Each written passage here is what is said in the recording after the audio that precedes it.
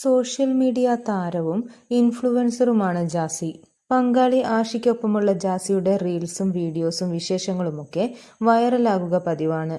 ഇപ്പോഴിതാ ഇരുവരും തമ്മിലുള്ള ബന്ധത്തിൽ എതിർപ്പറിയിച്ച് കടുത്ത ആരോപണങ്ങളുമായി രംഗത്തെത്തിയിരിക്കുകയാണ് ആഷിയുടെ മാതാവ്.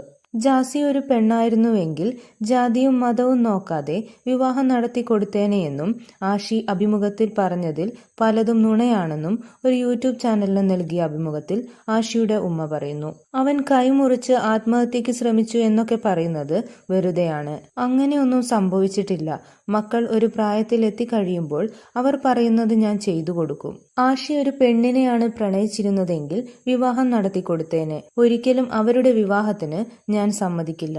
എന്റെ മോൻ എന്റെ അടുത്ത് തിരിച്ചു വരണം എന്ന ലക്ഷ്യം മാത്രമേ എനിക്കുള്ളൂ. അവന്റെ വേറൊന്നും എനിക്ക് വേണ്ട. ഒരു പെൺകുട്ടിയുമായി ആഷിയുടെ വിവാഹം തീരുമാനിച്ചതായിരുന്നു. ഞങ്ങൾക്ക് ബന്ധമുള്ള ഒരു കുടുംബത്തിലെ കുട്ടിയായിരുന്നു. ജാസിയാണ് ആ വിവാഹം മുടക്കിയത്.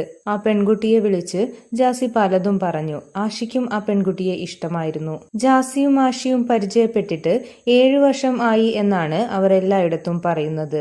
സത്യാവസ്ഥ അതല്ല. ഇരുവരും ഒരുമിച്ചായിട്ട് 4 വർഷമേ ആയിട്ടുള്ളൂ. ആഷിയെ വിട്ടുതരാൻ പറ്റില്ലെന്നാണ് ജാസി പറയുന്നത്. പെറ്റ തള്ളയായ ഞാൻ എന്റെ മോനെ വിട്ടുകൊടുക്കണോ? ജാസിയുടെ കയ്യിൽപ്പെട്ട ശേഷം പൈസ പോലും ആഷി അയക്കാതെയായി. ചോദിച്ചാൽ മാത്രമേ അയക്കുമായിരുന്നുള്ളൂ. അതിനു മുമ്പ് കുടുംബം നോക്കിയിരുന്ന കുട്ടിയാണ് ആഷിയുടെ ഉമ്മ പറയുന്നു. കൂടുതൽ വാർത്തകൾക്കും വിശേഷങ്ങൾക്കുമായി ഈ ചാനൽ സബ്സ്ക്രൈബ് ചെയ്യുക.